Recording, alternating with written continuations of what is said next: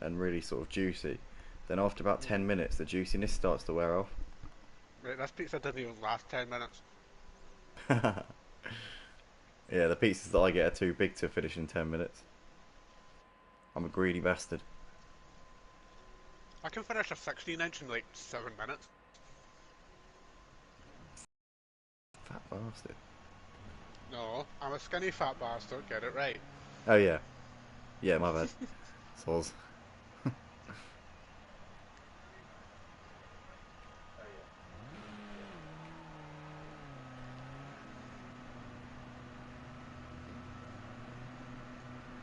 Oh yeah.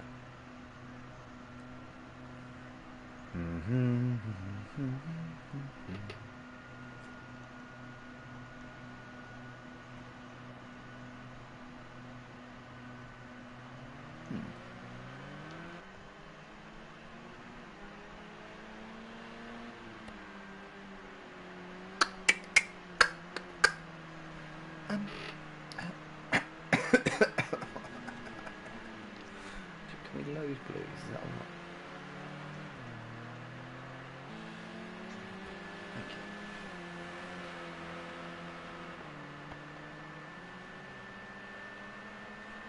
Oh no. What? Oh, it doesn't matter. Just me. Being a silly. No comment.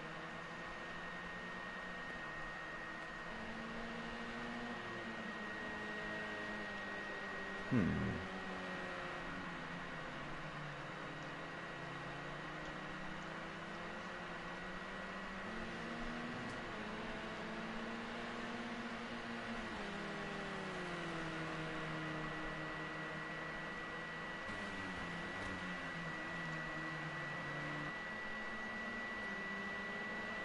Why have you got Wednesday down on there as GT3s?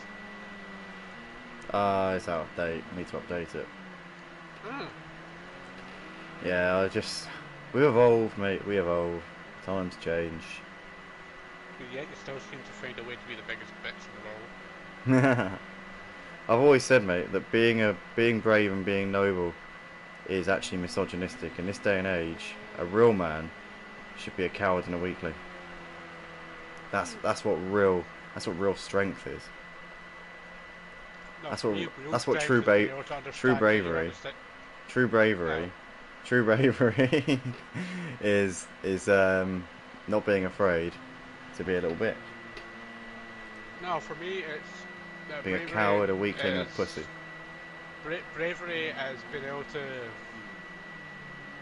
see, figure out a situation, understand that it could lead to bad things, and still taking that risk anyway, because you know that what you get out of that situation, if you do it right, Is worth it. could be everything. Yeah.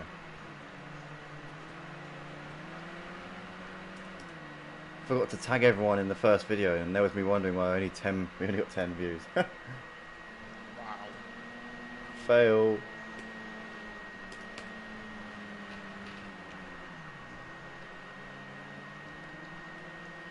Oh, jeez.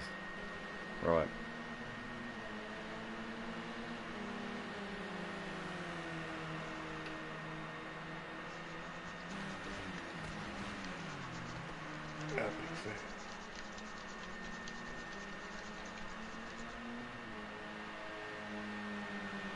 Sound like you were having a. Okay, never mind. Don't say.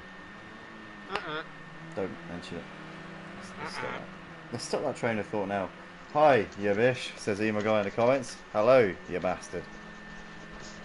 Welcome along, guys, to the final runs here for the qualifying session for this second race of the night here at Motive for the World Touring Car Championship here at Portimao. And nobody's set a lap yet, so we're going to watch them all coming in thick and fast now. John Boy looking like he's working together here with Cobb by the looks of it, as Aussie comes over the line to do a 152.8. Jay goes quicker on 150.6. That is rapid there from Jay, but John Boy goes top of the pile there, 150.1. Cobb 8 tenths shy on a 50.9, but they're all going to get another lap in here at the end of this session. But John Boy setting down a marker there, half a second quicker than Jay in the, well, I say early stages, but they've only got one lap left now, so Ian, it's crunch time. Yeah, I would say so. It's time to get the foot down, focus, get out. Just pretend this is a lap of your life. Whatever you've God got, damn it. now's the time. As Ian there just does what I usually do, which is a hiccup. Oh, You've got really bad hiccups tonight, mate. Is that you wolfed down that pizza too quickly? no, it's never too quickly. I think you've just gone and taken the pizza and swallowed it. You know what Ian was saying to me earlier? He says it takes him 7 minutes to eat a 16-inch pizza. So, I mean, if that doesn't make him a greedy bastard, then I don't know what does. Skinny fat bastard, I've told you. Skinny fat bastard. There you go. I used to be skinny fat. Like, I weighed about 9.5 stone, but I had no muscle whatsoever. So it was just flab. Now I'm about 11.5 stone, and I've just got fat and muscle. Fat and no brains. Yeah, basically, yeah. Oh dear. But anyway, let's see if John Boy can improve on his current best, which is half a second ahead of Jay. What can Cobb do as we see him coming through the final corner? Looks like Cobb's actually pulled away from John Boy on the course of this lap, so John Boy I don't think is going to improve. What can Cobb put on the board here though as he's coming up towards the line? Can he be the only driver to get in the 149s here? Here he comes over the line now. And he doesn't well, he improves fractionally, but not by enough. We see Craig over in the background. No, that's not Craig. Sorry, that was Nick, was it? And he didn't improve, so stays P6. Sorry, Craig and Nick have got the same livery. It's confusing the hell out of me. Craig with the next over the line. Over he comes to go P5, stays P5. Team MW next over the line in the background. What can he do? He stays in P10. Mike, the last over the line. No, he's not, sorry. He goes P2, does Mike, half a second shy. Oh. Displaces Jay on the front row. What about Thomas? Thomas is the last driver over the line. Let's wait and see what his lap time was. I don't think he improved. He didn't improve, he stayed P9. So, John Boy will be on pole position for the second race of the night with with Mike in second, with Jay in third and Cobb fourth. Craig will start P5 with Nick in sixth, followed by Doris Steer in seventh, with Charlie Goff in eighth. Thomas in 9th ahead of Team MW in P10 with Revolt Detail 11th, Aussie Albi in 12th and Park Pooper will line up at the back in P13. But the tensions are rising. Only standing start of the entire evening here at Motive for this Touring Car Championship. Obviously the first race is a formation lap based on, with a reverse grid based on the results from the championship standings. And the final race of the night is a reverse grid based on the results from this race. So this is the only standing start. It's the only time when the grid order is set based on pure merit as well. So it'll be a chance for the BMWs, which we know are quick off of the line, to really make a good impression here, as Ian is uncontrollably quivering due to indigestion, having eaten his food far too quickly. You silly boy. This is what happens when you mix pizza with fine brew, okay? That's what happens when you eat a 16-inch pizza in 7 minutes. Well, that wasn't a 16-inch. That was like, I think that was like 12. Okay, well, a 12-inch pizza in 4 minutes then. I don't see the difference, but anyway, here we are. So no, but anyway, we've got the drivers here lining up on the grid at the start of the race here at Portimao, getting ready to go for this, what is race 8 of this 45 race season. Obviously, this is round 3 this week, with 3 races per round. The lights coming on now at the head of the grid, and we're about to go racing here, and it's lights out and away we go. As we're off and away, and John Boy having to cover off Mike in the BMW, who gets an absolute flyer as expected. John Boy though got a fantastic start himself, but has nothing to answer for the BMW off of the line as Mike down the inside leads us through. John Boy in second ahead of Jay, who goes a little bit wide. Nick the might fancy a move here up the inside into turn 3. In the background, somebody's off. Charlie Goff has gone wide onto the runoff area as we see Nick down the inside of Jay up into third place. But Charlie Goff having a horrible start. Team MW in the background there. I saw him having a bit of a moment there. He's lost a few places here, and he gets shoved out wide a little bit by Revolt Detailer, who forces his way through. Aussie Albi might get him down the back straight as well. But Team MW, they're getting a bit of a shaky start. Charlie's got a better run than Aussie coming down the back straight, and Team MW on the outside of Revolt Detailer here. Revolt Detailer gets it done down the inside, goes a little bit laborious on the apex, gets a little bit into Charlie there. Sorry, gets a little bit onto Team MW, should I say, on the exit of the corner. Team MW keeping it around the outside here Revolt Detailer for the time being. He's going to have the inside for this next right-hander. But Revolt Detailer covers him off and has done that one up into 9th place. But Mike leading ahead of John Boy. John Boy sticking to the back of the leader at the moment. You can see Jay in the background there in 3rd ahead of Nick, followed by Cobb and Craig. Doris Steer ahead of Park Hooper, followed by Revolt Detail. And you've got Charlie, who's running ahead of Aussie Albion, Team MW at the moment. And a big gap back to Thomas, who's had a very, very dodgy first up to this race. But Mike has the lead, a slender lead over John Boy.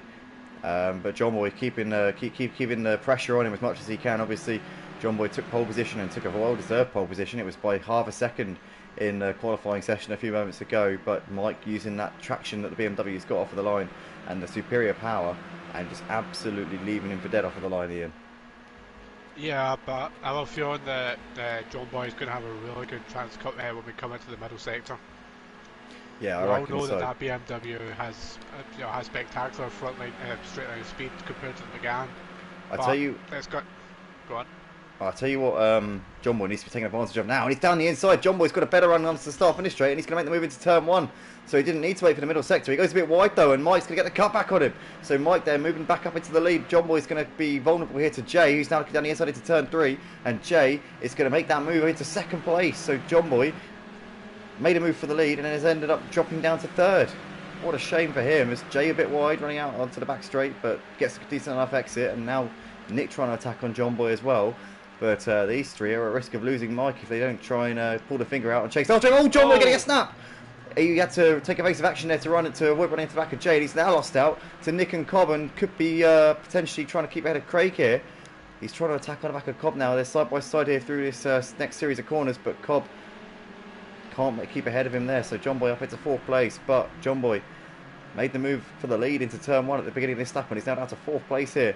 So he's not had the best of laps so far. Mike is threatening to break away out the front. I was saying before, if this pack of cars battle too much, Mike could be saying bye-bye to this lot. Well, if these guys do catch up to Jay, then it's ultimately going to end in a battle, and we all know exactly how battles end. They always end up ultimately slowing down each member of the fight down, really badly, and it slows anyone ahead of them just to continue on their way. John Boy made a fantastic move there on Nick. He ran the outside up into 3rd place, and Cobb follows him through. So Nick has lost 2 places here, and he's now got Craig all over the back of him as well. But yeah, 100%. I get what you're saying there, and obviously all the battles that you get into, we see that Mike is just skipping away. But saying that though, Jay's managed to get clear of this battle, and he's now a second ahead of John Boy and Cobb, and he's only a second behind Mike, and he's less than a second behind Mike now down the start finish straight. So let's hope that Jay can keep Mike on his toes here over the course of this race, and we see a good battle for the lead. But Mike needs to really respond here. He needs a strong result in this second race, because the first race was nothing short of a nightmare for him, as Revolt Detail around the outside here of Team MW. Team MW is powerless to come back at him despite Revolt Detailer's damage. Revolt Detail up into 9th place there. Well, Revolt Detail definitely not having this, the race that he would have wanted compared to race 1, but we've still got time to be able to fight through the pack and get up to those higher spots and get as many points as they can.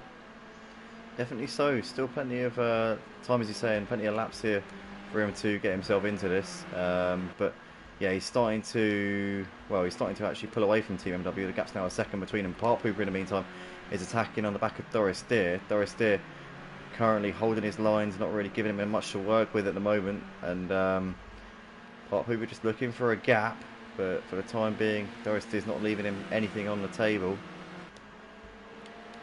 Leaders coming through into the final sector. Jay has gained hand over fist on Mike over the course of this lap. You can see the gap only half a second between them through this twisty section where the McGann is going to have the upper hand. He's really made it work, but Mike will have the straight line speed coming down the start finish straight. Saying that, it was down the start finish straight where John Boy took the lead off of Mike. So the BMW, although it's quick down the straights, is a bit of a handful coming through this final corner. If you don't get the exit, then you can really make your life very difficult. And we see, coming out onto the start finish straight, you can see how much better drive the McGann has got coming out of that final corner, and the slipstream also helping him out here for Jay. Oh, hold on, Aussie Albi's in the pits. Oh no, what's happened to Aussie Albi? Oh, how long has he been in there? What has gone on there? Yeah, he's only just come in.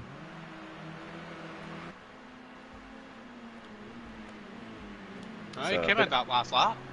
Bit of a strange one, because obviously there's no mandatory pit stop here at Motive on the Project Cars 2 League, so there is literally no reason, no excuse whatsoever why you could conceivably end up in the pit lane. So the fact that that's happened, suggests to me that he's been involved in some kind of incident. Yeah, because he's been in there since the leading pack got into the second sector in the previous lap. Oh, you're right, because he's done a 4-minute lap, hasn't he? Yeah. Oh wow, I wonder what's gone on there. That could be a bit strange. Emma, let us know in the comments what's going on with Ozzy there, because yeah, it's a bit confusing. But Senna there saying beautiful racing, lads. Thank you very much, Senna. Obviously I appreciate you complimenting the guys out on track, because they are putting on a great show. Our Project Cars 2 drivers, they are some of the best on Project Cars 2. Well, some of the best sim racers in general, but yeah, these guys practice, sometimes twice, 3 times a week for this night, for the touring car night, and they obviously put a lot of blood, sweat, and tears into this. So yeah, definitely we get our viewings worth here on the channel. But currently Mike's still holding the lead. Jay is coming under pressure now from John Boy, though. John Boy getting a bit closer to him here as they come through the final few corners. This is maybe just affecting Jay's ability to close up onto the back of Mike, but here we go. We see this corner is where the BMW struggles. Can Jay close that gap coming out onto the start-finish straight? This time around, he didn't really gain that much. But I tell you what, John Boy is incredibly close here to Jay. And Cobb not too far away either. Here we go. Jay defending the inside, coming down towards turn 1. John Boy's going to have to go around the long way. It's not going to work for him. Jay, for the time being, clinging on by the skin of his teeth here.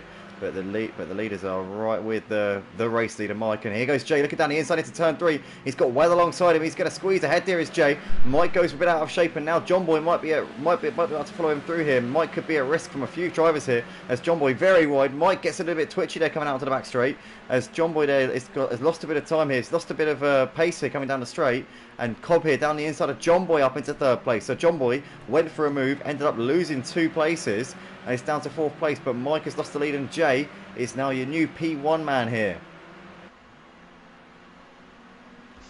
This is just craziness now, because these drivers are... 1 minute you feel like one driver's going to hold the lead for the rest of the race. Next minute, it's a complete and utter change, and it's just complete anarchy. Mate, this is absolutely great racing I'm watching right now. I don't know what you're watching, but currently we're seeing... Hey, I've never said it fact. No, I'm joking. I know, I'm only joking. But when you called it anarchy, I was like... but no, it's all good. But honestly, this is fantastic action right now we're watching, and Mike is still keeping Jay under the cosh here. John Boy waiting for a mistake to happen from both of these two, hoping that they might run into each other maybe. Cobb has dropped off for the leaders a little bit over the last lap. He's had a bit of a scruffy lap this time around. Craig and Nick battling over 5th and 6th places here. They're not too far behind Cobb at the moment as they're going through the final few corners. But Jay currently has got the lead here, and saying in the first race he could be fancying getting his first win in quite a few seasons here. I'm sure he'd dearly love to return to the top step of the podium, but he's going to have heavy pressure here from both Mike and from John Boy. As we see them coming down the start-finish straight, John Boy is going to make the move down the inside of Mike, and John Boy's going to go up the inside of Jay as well, but Jay sees that one coming, gets the cut back. Mike might fancy a move here on John Boy as well. John Boy ever so wide going into turn 3, and Mike is down the inside up into 2nd place. So John Boy, he's made a few mistakes here tonight. He's not been the usual technician that we're used to seeing from John Boy. He's made a few hot-headed little errors here. Yeah, well, I think it is just mainly down to the track, because even in, from what I've saw, at least experienced in GT3 racing in Portimao, it can be a bit of a difficult track to keep the car stable on, even with the extra downforce that a GT3 car can provide. It's coming out of, what is it, turn 4. Even with the extra downforce of a GT3 car, you still find that it's so easy to lose the car. It's the same with the last corner, it's so easy to lose it, and so if it's that easy on a GT3 car, imagine how bad it could be for that rear-ended BMW that we know has just very little traction on the back end. You come to that, and obviously we saw Mike getting a little bit wide onto the gravel a few moments ago, a few corners back, and he's starting to struggle now. At this point you'd expect that the BMW's disadvantage in terms of the tyre temperatures would be starting to wane now, because obviously Most of the cars have got their tyres up to temperature, but Mike is sliding on everywhere. Oh no! He's got his pressures wrong, I think, by the looks of it, because it's a similar story to what we saw in the first race. A decent start to the race, and it's completely dropped off. I think Mike's tyre pressures must be off. That's got to be what's going on right now. Yeah, I would have to agree with that. It just does not seem like that BMW just has no traction control on down-ended elevation changes. But he's not a million miles off from where he was. He's still very much there.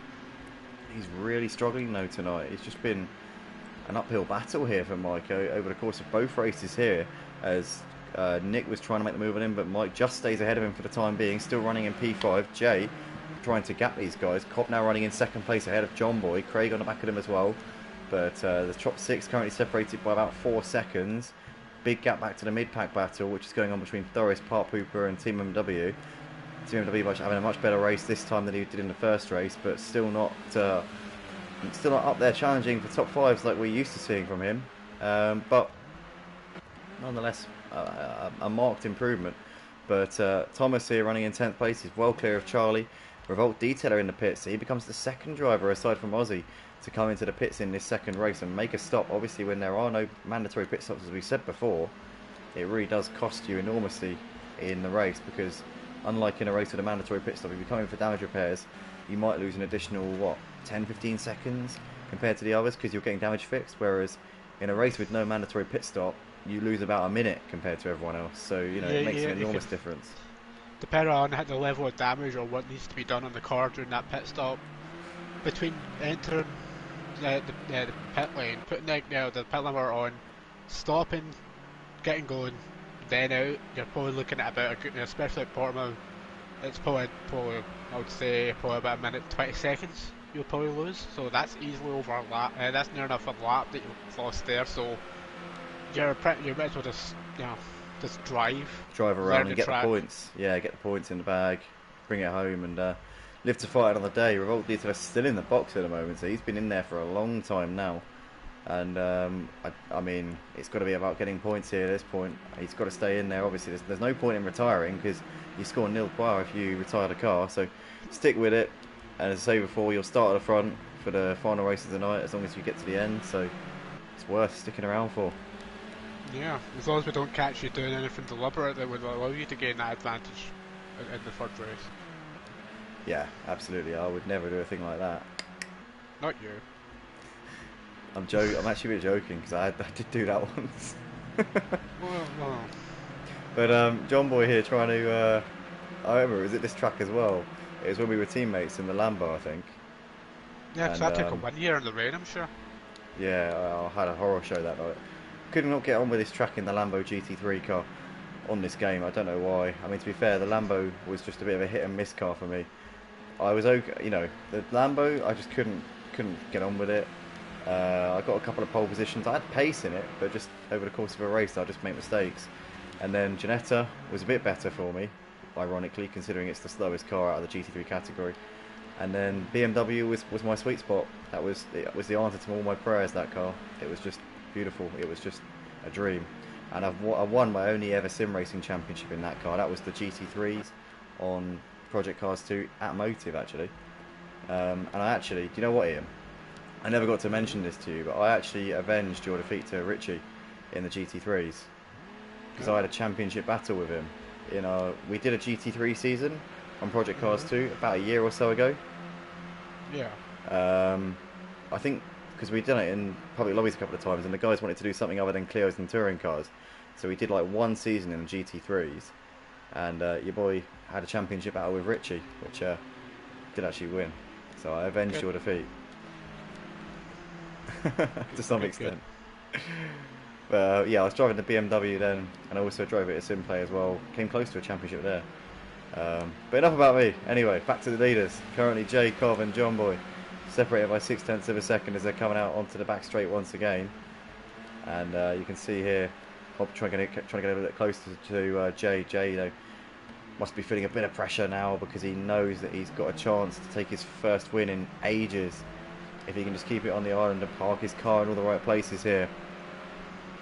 Can the Monster Energy Renault win again after so many times I've not been able to win after my double win at Oulton Park? I think you got a fair few wins, didn't you, in the touring cars? You did get a couple. I'd say like you were one of them guys who would pop up with a win or two throughout the season and would be on the podium, you know, 4 or 5 times a season. Do you know what I mean? Like you were always there or thereabouts. But the thing is, I think the double win at Open Park was actually my last win in the touring cars. No. I remember there was a race at Donington, which I remember vividly because obviously back then the sprint race was a reverse grid, and I remember I started in P16 because I took the double the week before at Brands Hatch, so I started right at the back. I started in P16, and I remember that race so clearly because I went from 16th to 2nd place, and you won that race. I remember how gassed I was that I'd gone from 16th to 2nd in a race because everything kind of went right for me. I don't know, just everything happened at the right moment, and Laney finished 2nd on the track, but I got 2nd because he had more penalties than I did. And I remember you won that race. That was well after your double at Alton Park. You occasionally would pop up with a win here and there. Like you were just one of them guys who would get sporadic wins in a season. Like you weren't far off in the touring cars. You were like near the top pace. Yeah. You were in that championship battle the same season I was. Yep. That season when X marked at the title, X Mark pipped John Boy to the title. John Boy almost won the championship in a Mercedes. I mean, that was just I the remember most that, unbelievable feat. Yeah, incredible how he managed to do that. What season was that? I can't remember what season it was, but I know it ended in early 2021. And I remember there were 5 of us up for the title. It was you, me, John Boy, and X Mark were the top 2. They were the favourites. We were like outsiders. I wasn't too close because I'd missed a round earlier in the season, so I was like about 30 points adrift or something like that, but I still had a mathematical chance going into that final race. But yeah, I mean, the X-Mark won the championship. I remember John Boy somehow was leading the championship going into the final round, but we all kind of knew he didn't have a chance because of that Mercedes. But Cobb there goes deep, and he's lost out a position there, so John Boy moves up into 2nd place. Mike now on the back of John Boy, so he can now throw the kitchen sink here at him. Jay still leading the race with just over a lap to go and standing on the verge of potentially taking his first win in many months. But John Boy a bit deep there as they come through into this final section of the lap. Mike trying to go for a cutback here, like the straight line speed in the BMW, but we know how much of a handful that car is coming out of the final corner, and is he going to be able to cope with the dirty air coming off of Jay and John Boy's car, especially when he's so close to the car in front coming out of the final corner? It looks like he's managed to get himself safely through. I found it. The Donington one. Oh, yeah, Donington National, yeah. Yeah, that was the one I came from. The first race of the night, I went from 16th to 2nd. Yeah, because I remember that Dan was in the BMW. I remember it so well because it was one of my most proudest races I've ever done. It would have been would it have been March 2021 or something? Check the date. Yeah, you're correct, well done. Yeah, I thought it would have been. It was the 2nd season that we did that year, but John Boy's taking the lead, and Jay's lost out, so we're coming down the back straight here. Jay's made a mistake coming out onto the back straight. John Boy down the inside of Mike. Jay trying to come back in a bit of a lock-up there as he gets the exit. John Boy wide, and Jay's got a run here, but they're 3 wide as John Boy ever so wide onto the runoff. And it's going to be Jay and Mike here battling it out through the next 2 corners. Mike has the inside line. Jay's going to try and go for a cutback here, but it's got nowhere to go, and Mike has seized the lead here on the final lap of the race with just a few corners to go. How did we expect this to happen a few laps ago when Mike seemed to be all over the place and struggling? How quickly things turn around. Well, like I said before, in many different races, things could just change. Oh, Jay going for a cutback, going for a late lunge. Oh no, he's lost it. He's gone to the side of John Boy. He was trying to anticipate Mike going deep, but Mike had it parked on the apex, champ style there. And Cobb there's got through ahead of Jay, so Jay losing out of place, and Cobb into 2nd place. John Boy though has dropped to 4th on his final lap, and Craig there on the back of these guys running in P5. Can he feast on these scraps here? But Mike's going to come through the final few corners, and this man here, I was saying he was down and out a few laps ago. He was running in P5 about 3 seconds behind the leaders after a bit of a spin, but he's forced his way back up into P1. What an incredible turnaround from this man, and he's going to come out of the final corner here at Portimao for the 2nd race of the night. He had a nightmare of a first race, but here he's going to finish in 1st place here as he comes over the line. It's going to be Mike to take the checkered flag, and what a performance from him as Cobb comes over in 2nd ahead of Jay 3rd, followed by John Boy 4th ahead of Craig in P5. Nick comes over to take P6 in the end. The top 6 absolutely miles clear of everybody else, but Mike, I got to say, Never say die and never give up. But Doris Deer is going to come over in 7th place. You see the lapped car there of Revolt Detailer just in front of him. But Doris Deer 7th, Park Pooper in 8th, Thomas 9th ahead of Team MWP Tennessee. He bins it over the line, which I think we've established in the ACC leagues. We don't really condone that. Charlie Goff over in 11th, and Ozzy with the last drop to finish. This one in P12, and he's just coming out on the line now, and that is that for his 2nd race of the night. But Mike taking the win, Cobb 2nd place, and Jay completing the podium. Jay, unfortunate for him to lose out on that win in the final few corners of the final lap, but what a race that was. And guys, we're back for the final race in a few moments time. We'll be live on a new stream for that, so keep your eyes up on the Discord, and we're back in a few moments.